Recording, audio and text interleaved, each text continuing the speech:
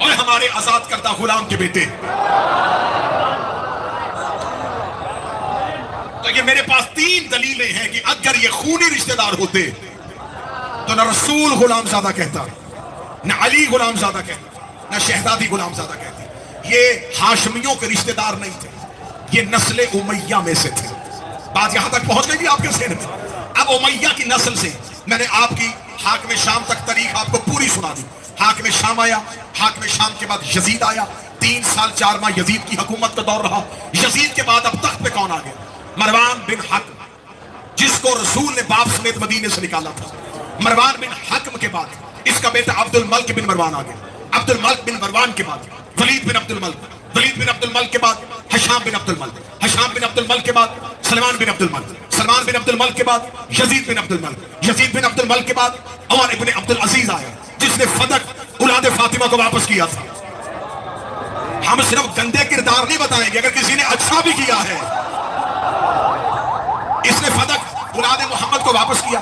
عمر بن عبد العزیز کا دور جاتا ہے. عمر بن عبد العزیز کے دور کے بعد منصور دوانکی آ جاتا ہے. منصور دوانکی کے بعد ہارون رشید آ جاتا ہے. ہارون رشید کے بعد مامور رشید آ جاتا ہے. مامور رشید کے بعد مہدی عباسی آ جاتا ہے. مہدی عباسی کے بعد ہادی عباسی آ جاتا ہے. پھر معتصم باللہ آ جاتا ہے. پھر محتسب باللہ آ جاتا ہے. پھر محسن باللہ آ جاتا ہے. پھر متوکل آ جاتا ہے. پھر معتمد آ جاتا ہے. ادھر خلافت کہاں سے چلی اور کہاں گیا گئی. ادھر عبد مناف کے بعد عبد المطلب آ جاتا ہے. عبد المطلب کے بعد عبداللہ آ جاتا ہے. عبداللہ کے ساتھ ابو طالب آ جاتا ہے. عبداللہ سے محمد آ جاتا ہے. ابو طالب سے علی آ جاتا ہے. ابو طالب کا بیٹا ہوتا ہے, محمد کی بیٹی ہوتی ہے, دونوں کی آپس میں شادی ہوتی ہے. ادھر سے حسن آ گیا, ادھر سے حسین آ گیا, ادھر سے سجاد آ گئے, ادھر سے باقر آ گئے, ادھر سے جعفر آ گئے, ادھر سے قاسم آ گئے, ادھر سے رضا, ادھر سے طارق گیا, ادھر سے نکی آئے, ادھر سے عسکری آئے, ادھر سے اموی مر گئے, عباسی مر گئے, دربار اجڑ گئے, بادشاہ قبروں کی جہنم میں چلے گئے. امامت کا وارث کل بھی زندہ تھا.